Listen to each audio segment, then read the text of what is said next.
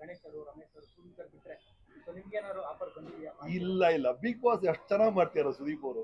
ಆಗ ಆಯ್ತು ಅದ್ಭುತ ಮಾಡ್ಕೊಂಡು ಬರ್ತಾ ಇದಾರೆ. ಅದೆಲ್ಲ ಏನು ಮಾತುಕತೆ ನಡೆದಿಲ್ಲ.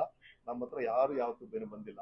ನಮ್ಮ ಸೆಕ್ಟರ್ ಬೇರೆ. ನಾನು ಮಾಡ್ಕೊಂಡ್ ಬಂದ ವೀಕೆಂಡ್ ವಿತ್ ರಮೇಶ್ ಇರ್ಬೋದು. ನಾನು 15 ವರ್ಷದಿಂದ ಶೋಸ್ ಮಾಡ್ಕೊಂಡ್ ಬರ್ತಾ ಇದ್ದೀನಿ. ಪ್ರೀತಿಯಿಂದ ರಮೇಶ್ ಆಯ್ತು, ರಾಜಾರಾಣಿ ರಮೇಶ್ ಆಯ್ತು, ಕನ್ನಡದ ಕೋಟೆ ಅಧಿಪತಿ ಆಯ್ತು, ವೀಕೆಂಡ್ ವಿತ್ ರಮೇಶ್ 5 ಸೀಸನ್ ಆಯ್ತು, ಈಗ ಮಹಾನಟಿ ಆಯ್ತು. ಹಾಗೆ ನಾನು ನನ್ನ ರೂಟಲ್ಲಿ ಹೋಗ್ತಾ ಇದ್ದೀನಿ. ಈ ಆಫರ್ ನನಗೇನು ಬಂದಿಲ್ಲ. ವೀಕೆಂಡ್ ವಿತ್ ರಮೇಶ್ ಗೊತ್ತಿಲ್ಲ, ಜನ ಎಲ್ಲರೂ ಕೇಳ್ತಾನೆ ಇದ್ದಾರೆ. ಅದು ಚಾನೆಲ್ಗೆ ಬಿಟ್ಟಿದ್ದು. ಈಗ ನಾವು ಆಲ್ರೆಡಿ ಮಹಾನಟಿ ಬೇರೆ ಶುರು ಮಾಡಿದೀವಿ, ನೋಡ್ಬೇಕು. ಸರ್, ಈಗ ನೀವು ಭೂಮಿ ತಾಯಿಯ ಚುಚ್ಚಲ ಸುಮಾರು 20 ವರ್ಷದ ಮೇಲೆ ಆಗಿದೆ. ಸರ್ಕಾರಗಳು ಚೇಂಜ್ ಆದರೂ ನೀವು ಮಾಡಿದಂತಹ ಪಾತ್ರ ಪ್ರತಿಯೊಬ್ಬ ನಾಗರಿಕನ ಮೂಲಕ ರಿಪ್ಲೈ ಆಗ್ತಾನೆ. ಹೌದು, ಈ ಥರದ ಇಂಪ್ಯಾಕ್ಟ್ ಅದೇ 20 ವರ್ಷ ಅಲ್ಲ, ಇನ್ನು 20 ವರ್ಷ ಆದ್ರೂ ಕೆಲವು ಸತ್ಯಗಳಾಗಿ ಉಳಿಯುತ್ತೆ.